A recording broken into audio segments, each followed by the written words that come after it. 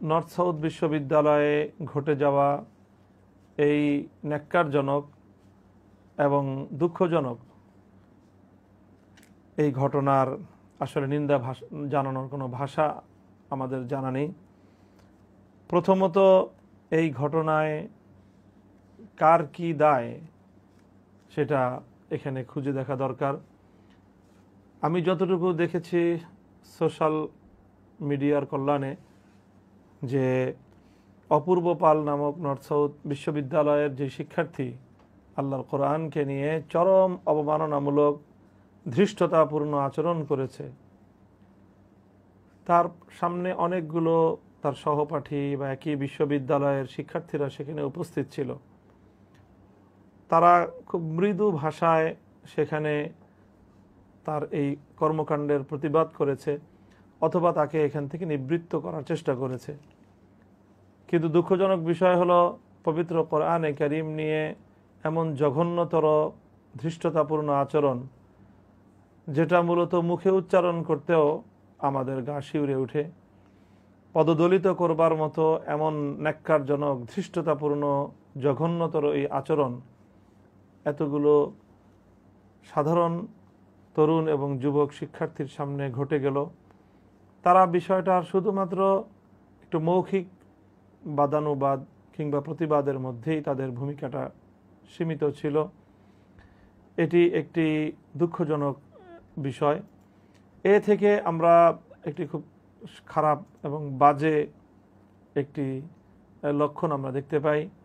সেটি হলো সাধারণ বর্তমান যে বিপুল পরিমাণ মুসলমানদের মধ্যে অথবা সাধারণ শিক্ষিতদের মধ্যে অথবা নর্থ সাউথ বিশ্ববিদ্যালয়ের বিপুল পরিমাণ শিক্ষার্থীদের মধ্যে কোরআনে কারীমের সম্মান রক্ষা করার ক্ষেত্রে তাদের এই যে নিবৃত্ত, এই যে তাদের এই যে এমন একটি ভূমিকা,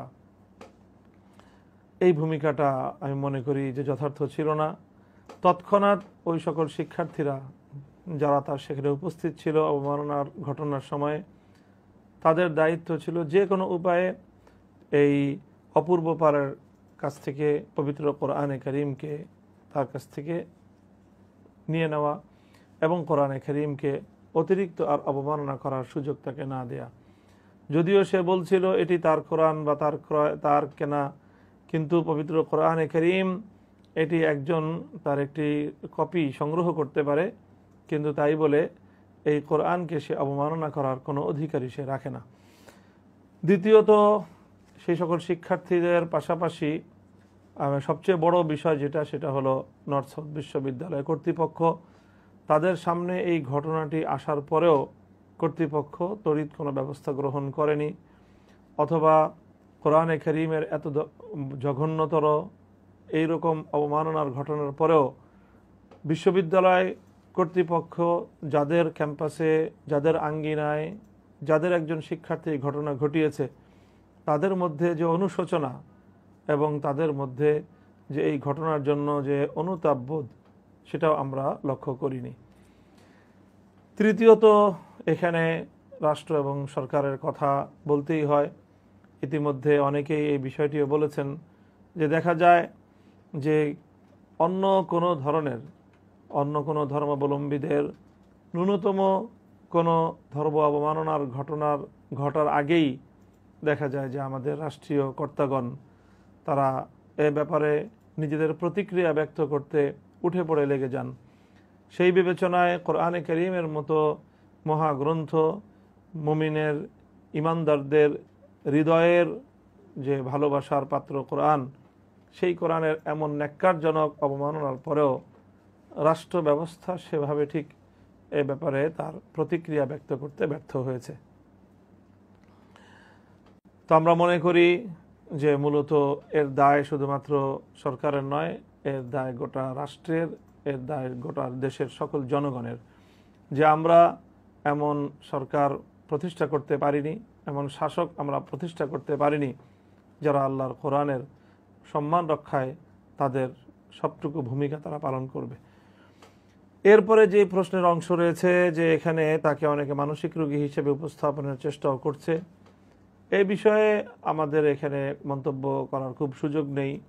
মানসিক রোগী সে হতেও পারে, কিন্তু যদি সে মানসিক রোগী হয়েও থাকে তবুও তো কোরআনে কারীমকে এভাবে অবমাননার বিষয়ে কোনোভাবেই এটাকে ছোট করে দেখার কোনো সুযোগ নেই।